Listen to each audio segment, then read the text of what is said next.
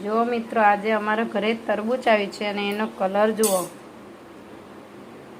લાગે છે ને એક્સ્ટ્રા ઓર્ડિનરી. આ એક રૂ હતું, એને મેં આમ અડાડ્યું જ છે ખાલી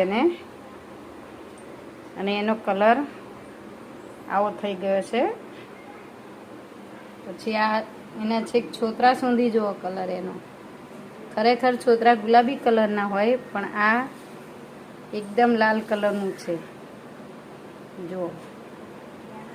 અને આમાં બિયા કાઢ્યા હતા, તો અમે બિયાને ધોયા.